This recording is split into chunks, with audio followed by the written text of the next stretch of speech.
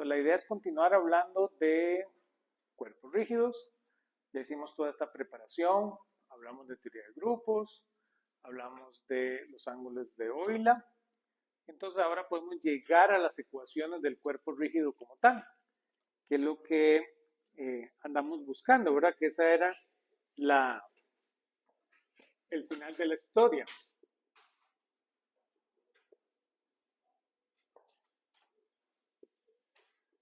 Ecuaciones de Euler para un cuerpo rígido.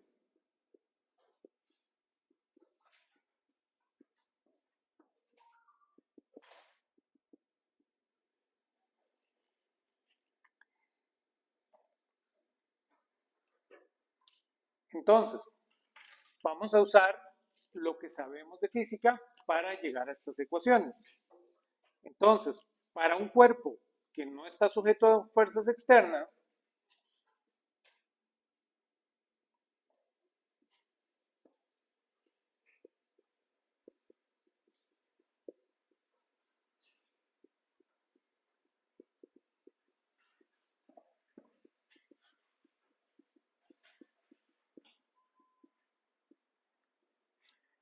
tenemos que su lagrangiano va a ser igual solo a la energía cinética. ¿Sí? Entonces, claro, para este caso, en un caso de rotación, esa energía cinética va a ser igual a esta sumatoria.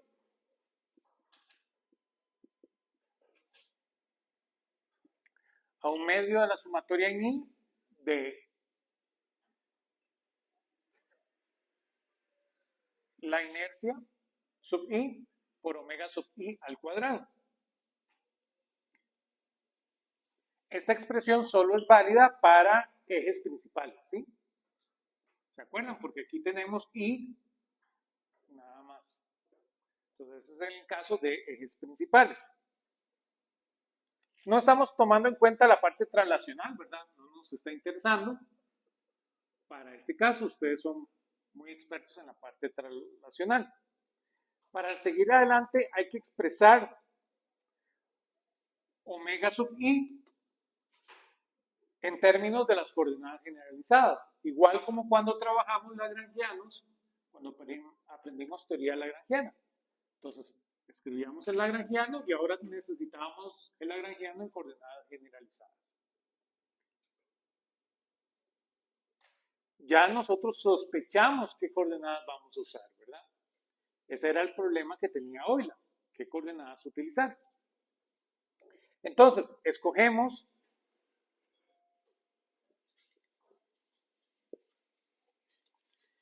nuestros amigos Barphi, Theta y Psi como coordenadas generalizadas.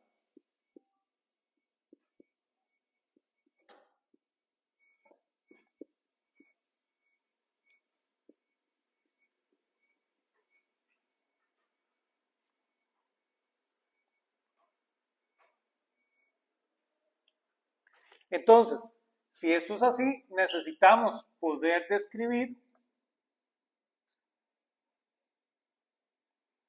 nuestro omega sub I en términos de las derivadas temporales.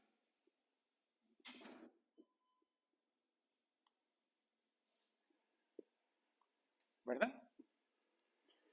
Y eso es un poquito de lo que buscamos. De hecho, es bastante sencillo.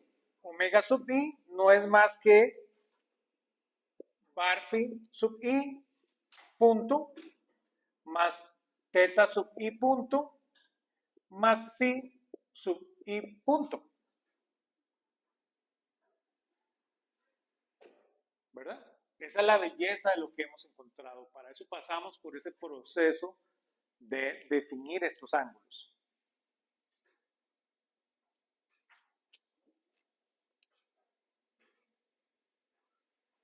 Y claro, ya ustedes saben, ¿verdad? Lo podemos definir como un solo vector,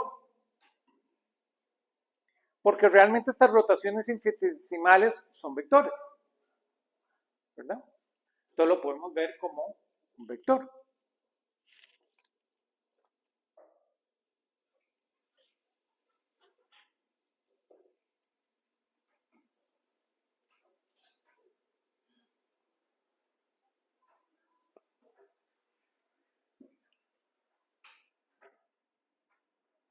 Entonces aquí viene una parte que ya complica un poquito el proceso. Entonces vamos tranquilos y con buena letra. Entonces vean.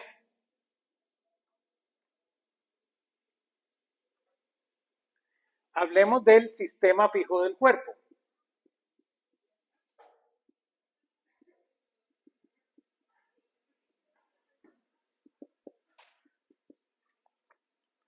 Para el sistema fijo, en el cuerpo,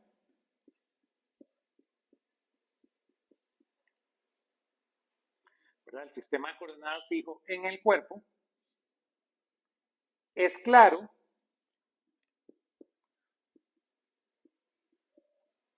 aquí con es claro quiero decir que es fácil de derivar, ¿verdad? Que barfi 1 punto es igual a barfi 2 punto y es igual a 0. Y que perdón, este no es barfi, si punto 1, si punto 2 es igual a 0 y si punto 3 y simplemente lo puedo llamar si punto.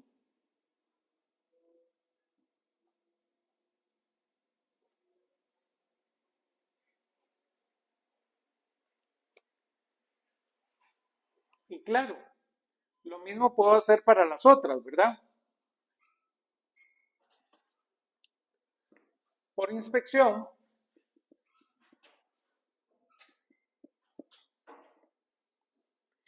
es visible que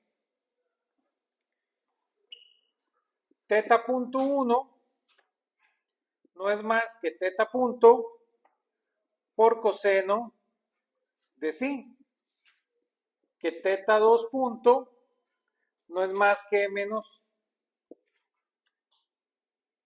teta punto seno de psi, y que teta punto 3 no existe, ¿verdad? Igual ocurre para barfi. Barfi 1 punto va a ser este amigo que va a ser barfi punto seno del ángulo teta seno del ángulo psi. Barfi punto 2 va a ser igual a barfi punto por seno de teta por coseno de psi. Y barfi 3 punto va a ser barfi punto por el coseno de teta.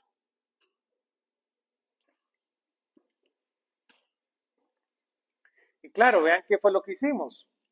A partir de nuestros ángulos, este vector, ¿verdad?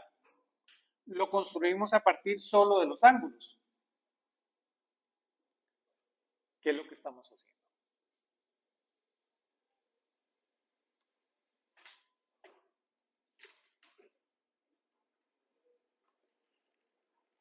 Y claro, esta expresión, con esta relación, nos permite escribir el lagrangiano ahora solo en términos de las coordenadas generalizadas.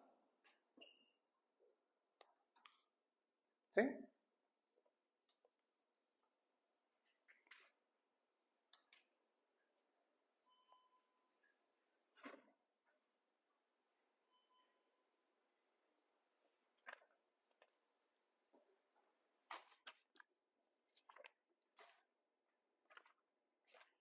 Entonces,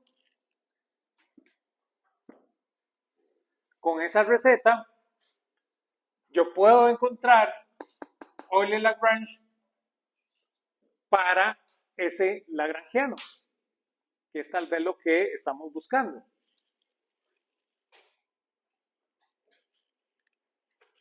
Voy a borrar.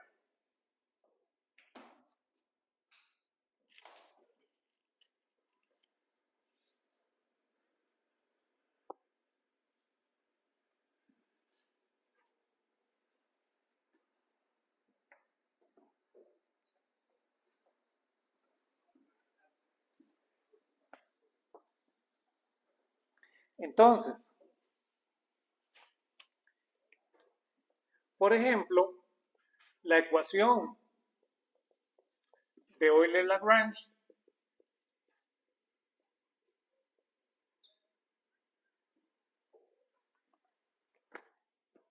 para sí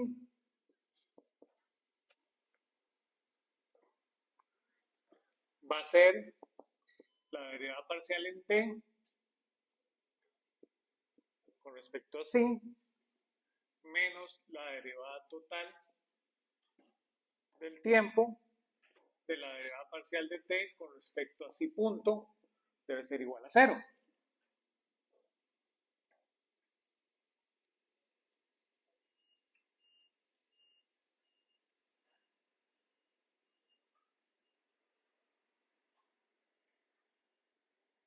Claramente el punto es cómo computo esto. Pero ustedes son expertos en eso, ¿verdad? Entonces realmente esto va a ser la sumatoria en i de la derivada parcial de t con respecto a omega i de la derivada parcial de omega i con respecto a sí menos la derivada total con respecto al tiempo de la sumatoria en i de la derivada parcial de t con respecto a omega sub i de la derivada parcial de omega sub i con respecto a sí punto debe ser igual a 0. Y ahora sí, ya aquí tengo todos los ingredientes para poder calcular esto, que era lo que no tenía. No sabía cómo era esta forma, ¿verdad? De t con respecto a sí. Energía cinética, sí.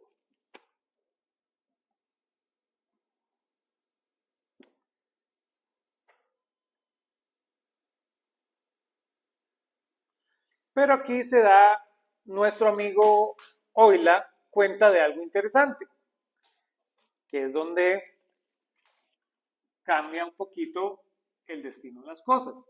Él se da cuenta, y ustedes lo pueden observar, que la derivada parcial de t con respecto a omega sub i, esta cantidad no es más que i omega sub i.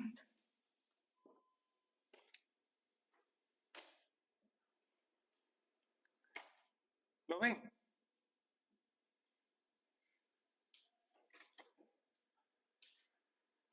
Y claro, él dice, bueno, más bien reemplacemos este resultado en las ecuaciones de Euler-Lagrange. Y veamos a ver qué ocurre.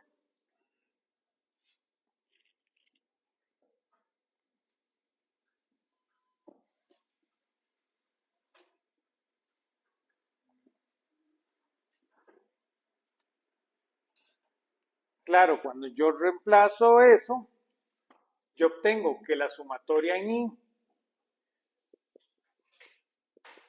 de i sub i omega sub i por la derivada parcial de omega i con respecto a sí menos la derivada temporal con la sumatoria en i de i sub i omega sub i por la derivada parcial de omega sub i con respecto a sí. Tiene que ser igual a 0.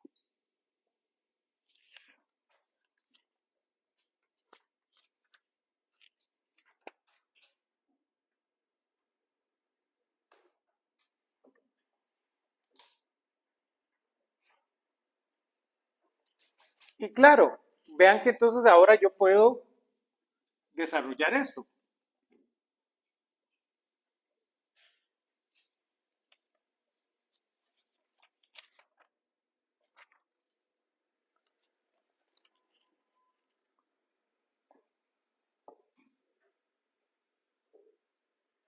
Entonces, con lo cual,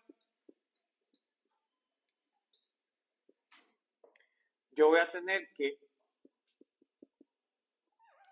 I1 menos I2 por omega 1, omega 2 menos I3 por omega punto 3 tiene que ser igual a 0.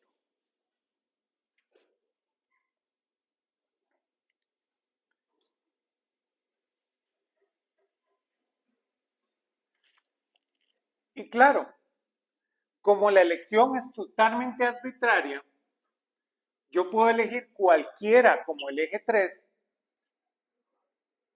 entonces realmente esa ecuación me da la ecuación que ando buscando,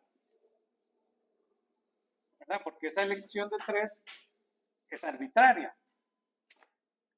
Entonces realmente esa ecuación se lee como que I sub I menos I sub J por omega sub I, omega sub J, menos la sumatoria en K de epsilon IJ y K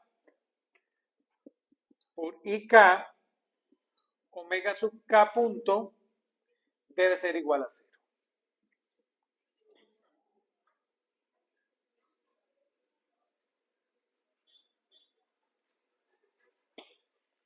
Y esta fue la derivación de Euler. Nuestro amigo Euler derivó esto en 1758.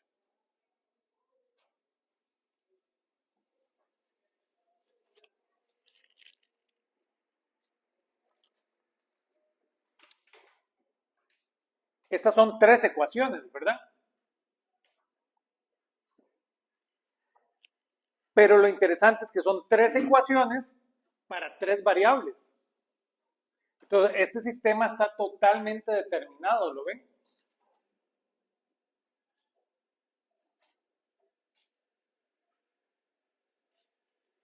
Y lo bonito y lo que tienen que notar es que estas no son las ecuaciones de Euler-Lagrange del problema. ¿Lo ven?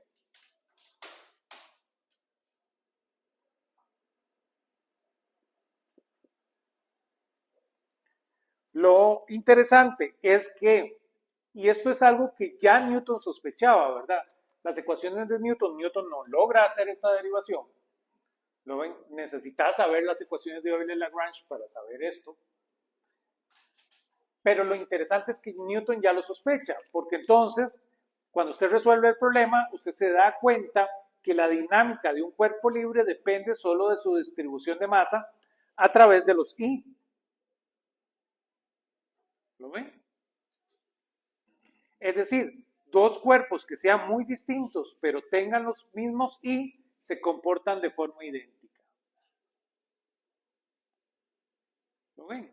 Entonces, hay de alguna manera una generalización en este proceso. Entonces, está bien, la dinámica del cuerpo rígido es una dinámica distinta que no se puede resolver por Newton, pero cuerpos con la misma distribución de masa a través de I tienen la misma explicación. Entonces usted podría pensar como un I totalmente generalizado que tenga todo el mundo y entonces el problema es como más sencillo. ¿Lo ven? Esta no es la ecuación de Euler-Lagrange porque hicimos esta sustitución, ¿lo ven? Entonces realmente está la conjunción de las ecuaciones de Euler-Lagrange con este resultado. ¿De acuerdo? Y este resultado incorpora la definición de ejes principales. Entonces tenés 3 mundos que convergen en esta ecuación. Por eso esta no es la ecuación de Euler-Lagrange del problema. Entonces, esta ecuación está fuera de las ecuaciones de Newton. ¿Sí? Y por eso es tan útil para resolver el problema y de eso es lo que se da cuenta nuestro amigo Euler.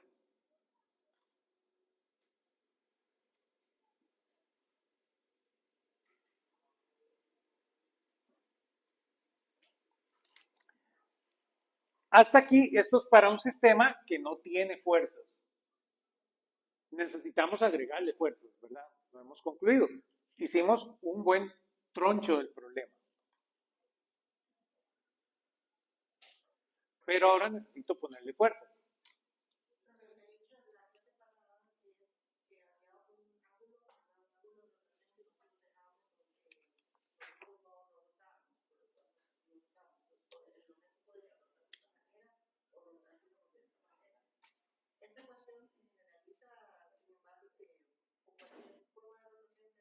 Sí, esta es independiente a su rotación, ¿verdad?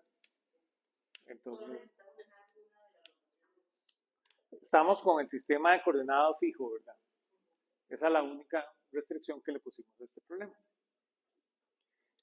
Ahora necesitamos poner torques, ¿verdad? Necesitamos meter fuerzas. Entonces trabajemos el caso en que hay un torque externo.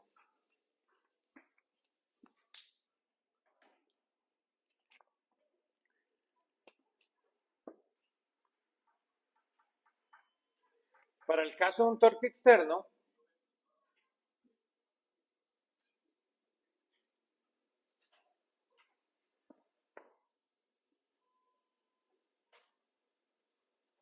nosotros sabemos que la derivada de L con respecto a T en el sistema fijo va a ser igual al torque. Esa es nuestra definición de torque. Y claro, como esto está en el sistema fijo, necesito verlo cómo se ve para el sistema en rotación. Claramente esto ya lo sabemos, ¿se acuerdan? La derivada temporal en el sistema fijo, nosotros ya encontramos en el capítulo anterior cómo se ve. Entonces, cualquier derivada de un vector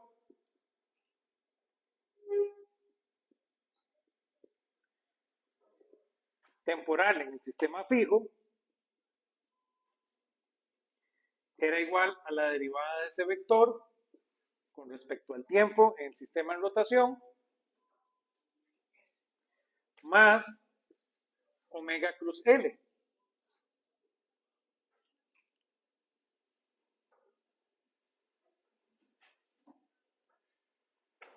Entonces vean qué bonito, porque esto es exactamente el torque.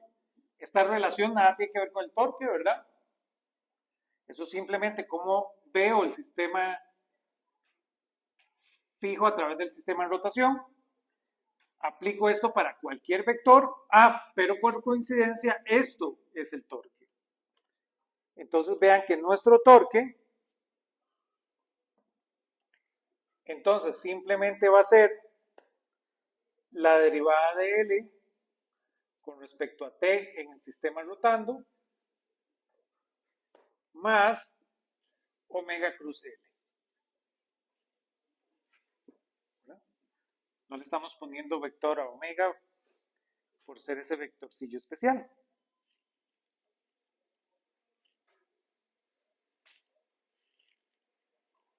Ya con este resultado, yo me puedo venir a este resultado y corregirlo.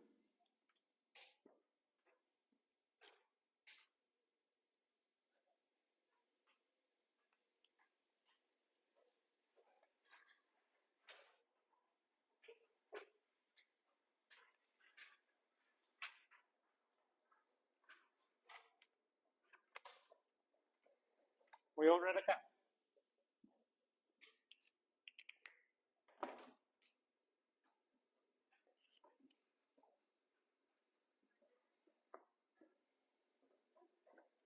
Porque entonces, como ustedes ya saben, ¿verdad? Ustedes ya son expertos en manejar lagrangianos.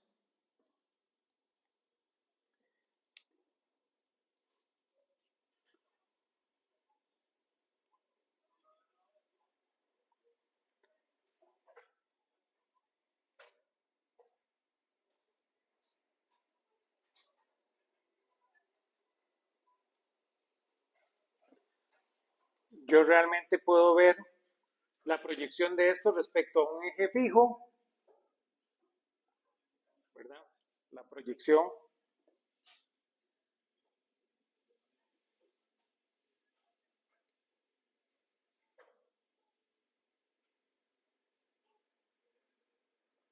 para un z fijo. Entonces, si lo viéramos así, yo realmente tendría que L3 punto más omega 1 L2 menos omega 2 L1. Esto debe ser igual a un torque en 3.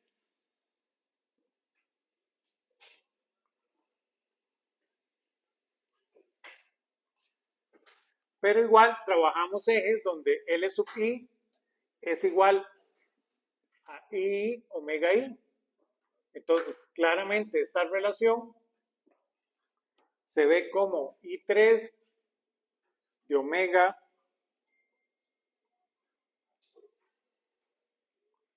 de omega 3 punto más omega 1 omega 2 de I2 menos I1, que en este caso sería igual al torque 3. Y nuevamente, esa relación la puedo ver de forma totalmente general, porque la escogencia de ese eje es totalmente arbitraria. Entonces realmente yo tengo que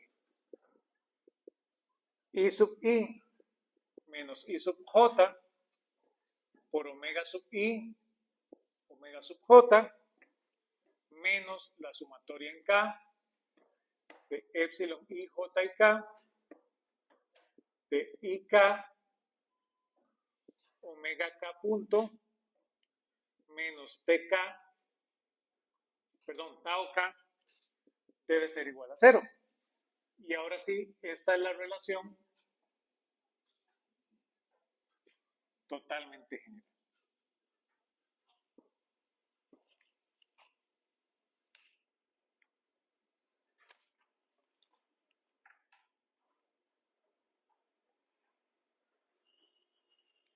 Cuando ya tenemos torques externos, ven que sufre esta corrección aquí debido al torque. Ahora sí, estas son totalmente generales. Estas son ecuaciones totalmente generales. Y eso fue lo que hizo nuestro amigo Euler.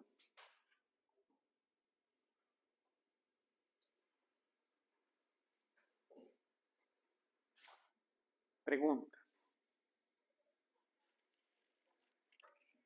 Claramente ahora vamos a resolver un problema. Vamos a ir más profundo. ¿Hasta dónde podemos llegar aquí? Vamos a resolver el problema típico, que es el problema del trompo. ¿Sí? Yo les había contado que les iba a traer un trompo, ahora al final de la clase lo vemos, jugamos un poquito con él, ¿verdad? Este es un trompo bastante interesante. Entonces ahora lo vemos. Este es el que les cuento que se da vuelta, ¿verdad? Entonces en el curso de maestría los ponemos a resolver ese problema. Ahorita vamos a resolver uno más sencillo, ¿verdad?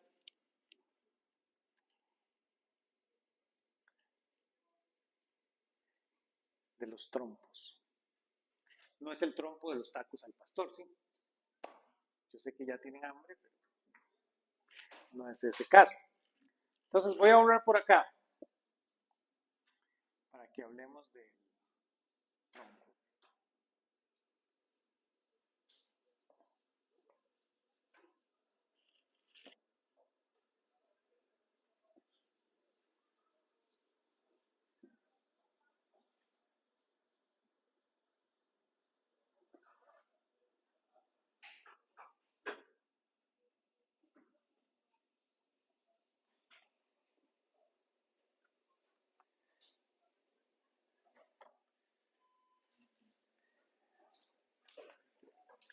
hablemos del trompo simétrico libre.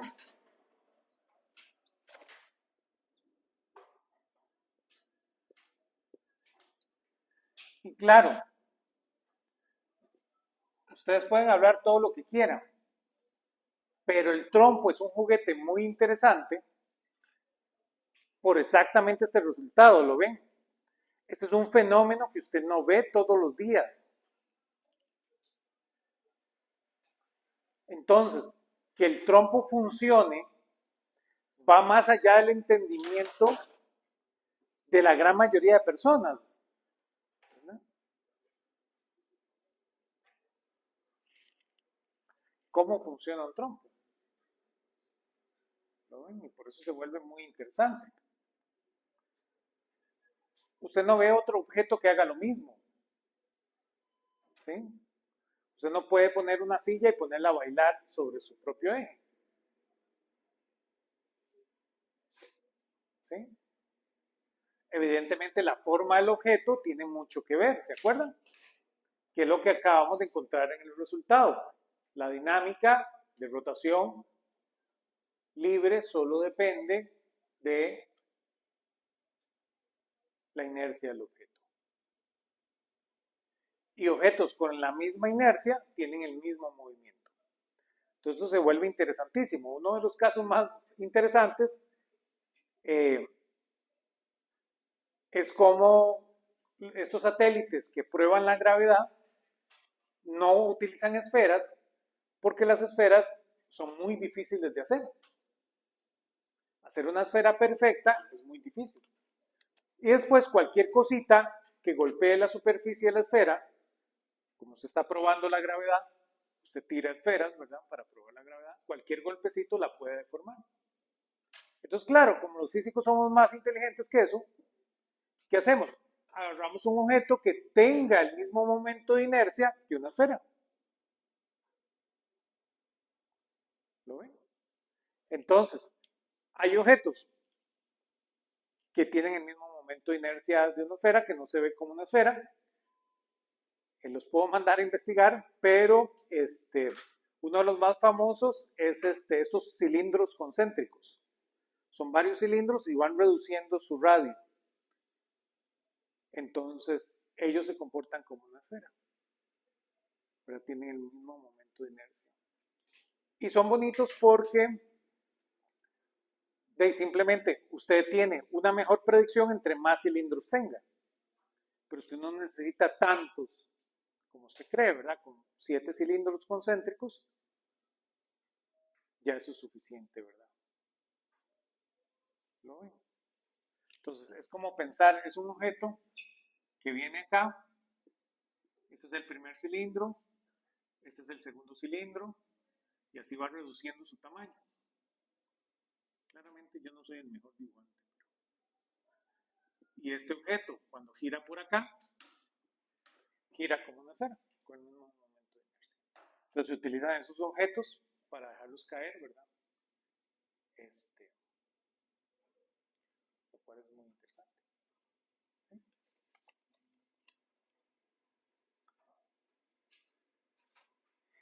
Entonces, volvamos a nuestro trompo simétrico, libre. Ya ustedes lo sospechan, ¿verdad? Este objeto que les traje aquí no se ve como el trompo que ustedes juegan, pero yo logro el mismo momento de inercia con ese objeto.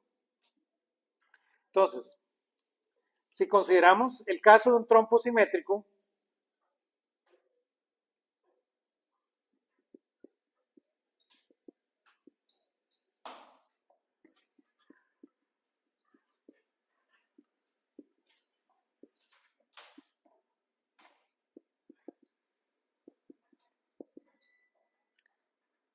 que por definición, y eso es lo bonito,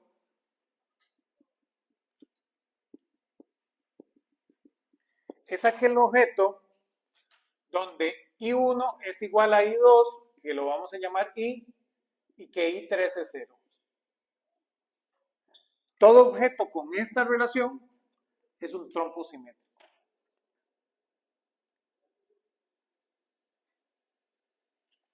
Perdón. aún es más sencillo que eso, simplemente que el I3 sea distinto de I. Perdón. Usted tiene que I1, I2 sea igual a I y que el I3 exista pero sea distinto de I. Ese caso es un trompo simétrico. Ese caso, cualquier objeto que cumpla eso, baila como el trompo con el que ustedes juegan.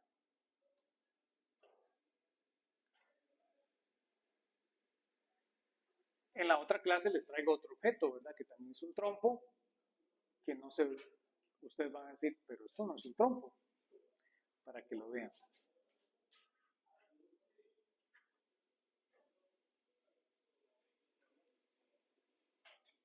Entonces, en ausencia de fuerzas tenemos las siguientes ecuaciones.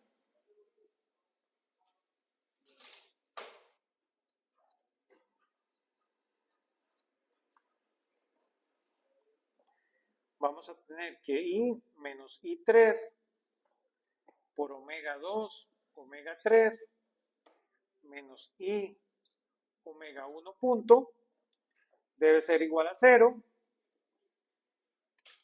que I menos I3 por omega 1, omega 2, perdón, omega 3, más I, omega 2 punto, debe ser igual a 0, y que I3, omega 3 punto, debe ser igual a 0. Este es un 3.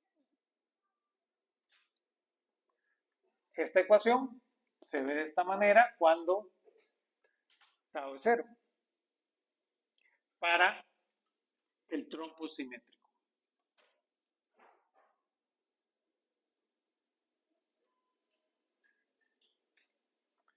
Vamos a suponer que omega no es paralelo a ningún eje principal. Si fuera paralelo a un eje principal, el problema tiene solución trivial, ¿verdad? Entonces, no tiene gracia.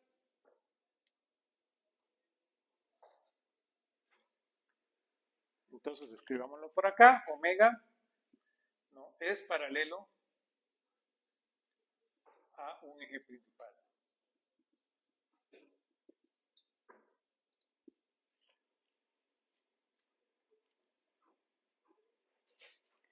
De tal forma que esta ecuación implica, vamos a llamarle 1, 2, 3, 3 implica que omega 3 en función del tiempo es una constante. De solucionar esta ecuación, sabemos que omega 3 es constante.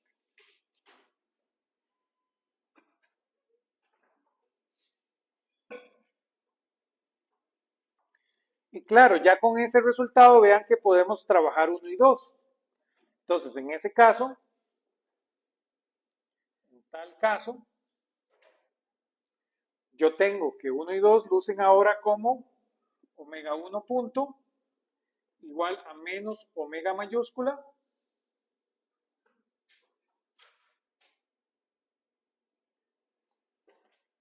por omega 2 y que omega 2 punto va a ser igual a omega mayúscula omega 1.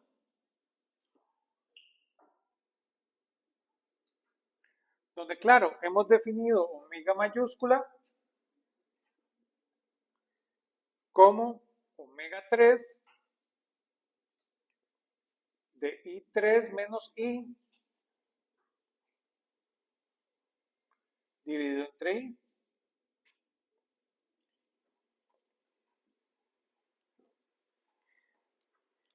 Y claro, la solución de esto es trivial. Ya ese sistema de ecuaciones ustedes saben la solución. Y claro, lo que ustedes sospechan. De tal manera que omega 1 de t es simplemente A coseno de omega mayúscula t. Y omega 2 va a ser igual a omega 2 de t va a ser igual a seno de omega t.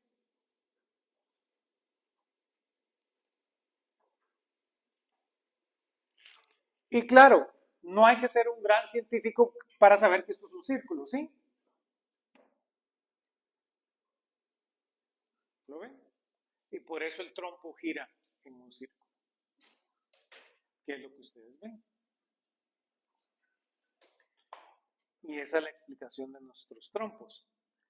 Podemos deducir más cosas de este resultado, ¿verdad? Voy a borrar aquí arriba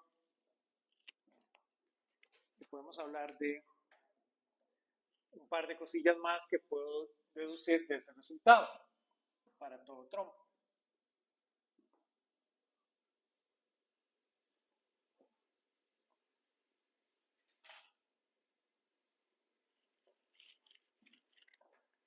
Entonces, yo sé que la magnitud de omega va a ser entonces la raíz de A más omega 3 al cuadrado. Y esto es una constante, ¿verdad? Omega 3 es constante y A es constante, que es la amplitud. Entonces, la magnitud de omega es constante. Eso es lo que ustedes observan también, ¿verdad? Si no hubiera fricción, su trompo ahí giraría por siempre, ¿sí? No por siempre, después ustedes saben qué es lo que pasa, pero lo ven, eso es lo que hace que gire mucho. Vean qué interesante, ¿verdad? Ese es un punto que puedo decir. Después vean que el vector omega, que va a ser A coseno de omega t con A seno de omega t, y bueno, ¿no? Y la otra coordenada es exactamente omega 3, que es una constante. Ese vector describe círculos empotrados en el sistema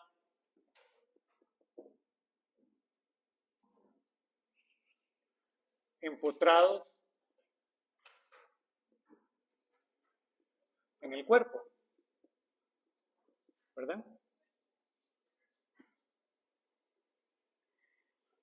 Y la frecuencia de precesión es omega, ¿lo ven? Omega se vuelve la precesión.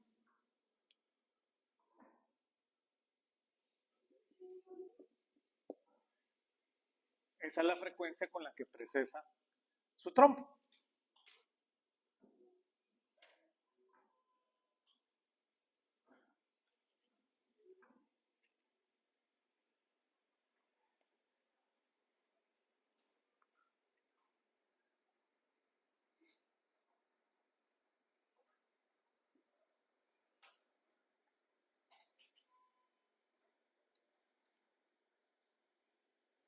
Como el trompo está libre, ¿verdad? Ese es otro punto interesante. Como el trompo está libre, L es constante, ¿verdad? No hay una fuerza, entonces se conserva su momento angular. Pero entonces,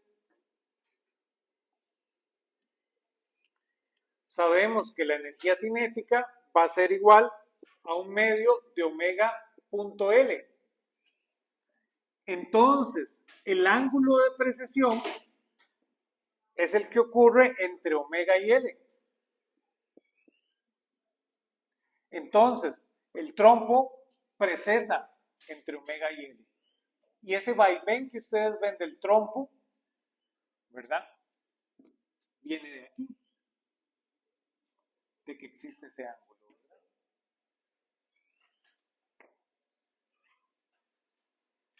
Omega precesa alrededor de L.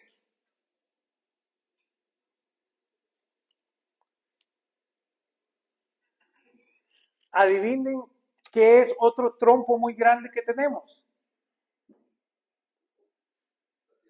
el planeta Tierra. ¿Lo ven? El planeta Tierra cumple esta relación. Para el planeta Tierra, ¿verdad? Que ese es el último punto que es interesante. I3 menos I entre I, para el planeta Tierra, eso es como 1 entre 300.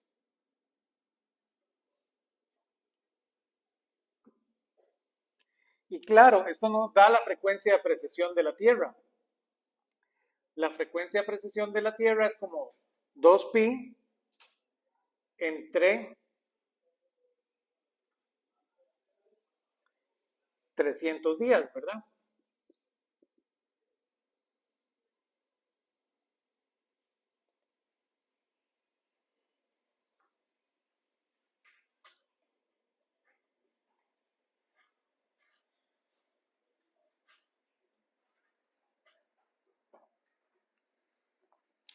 Entonces, de ahí viene como la precesión de nuestro planeta Tierra, ¿verdad?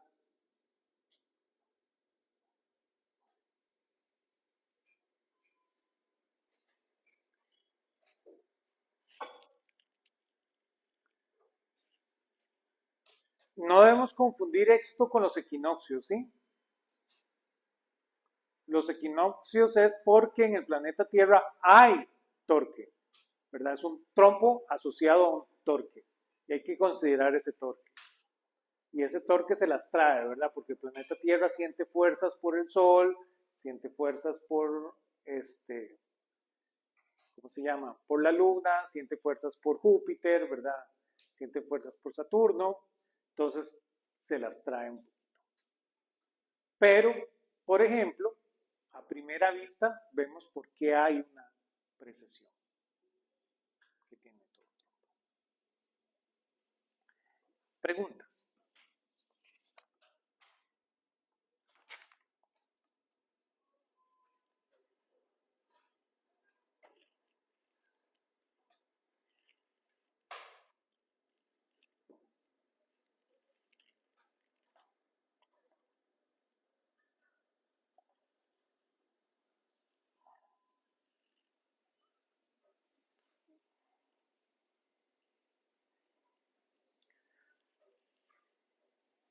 Y ese es un poquito de lo que sería la rotación de estos cuerpos.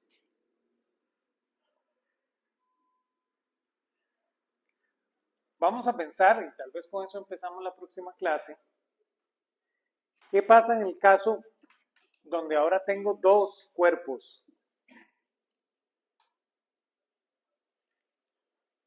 Que eso es tal vez lo que nos falta de ver. ¿Cómo se ve el problema? Por ejemplo, cuando usted tiene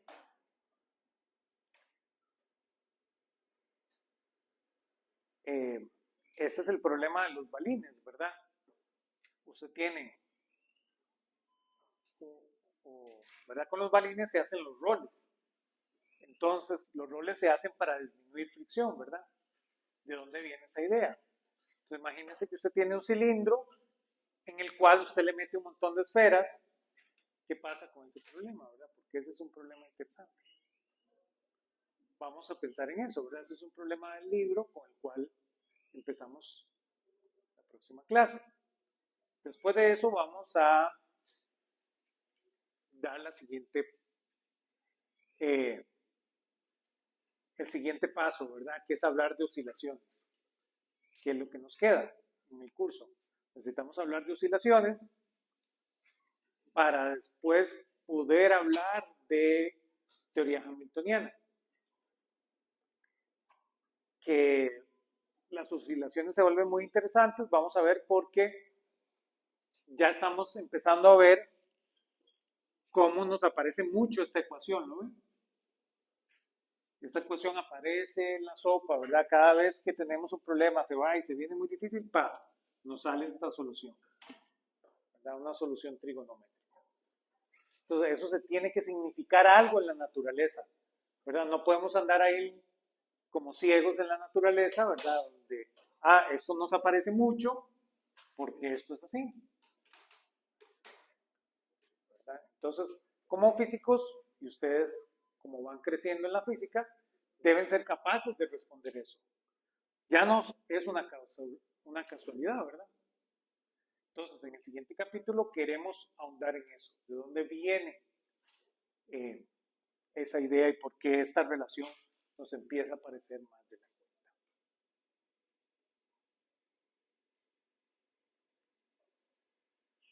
¿Todos de acuerdo? Entonces, nos vemos la próxima vez.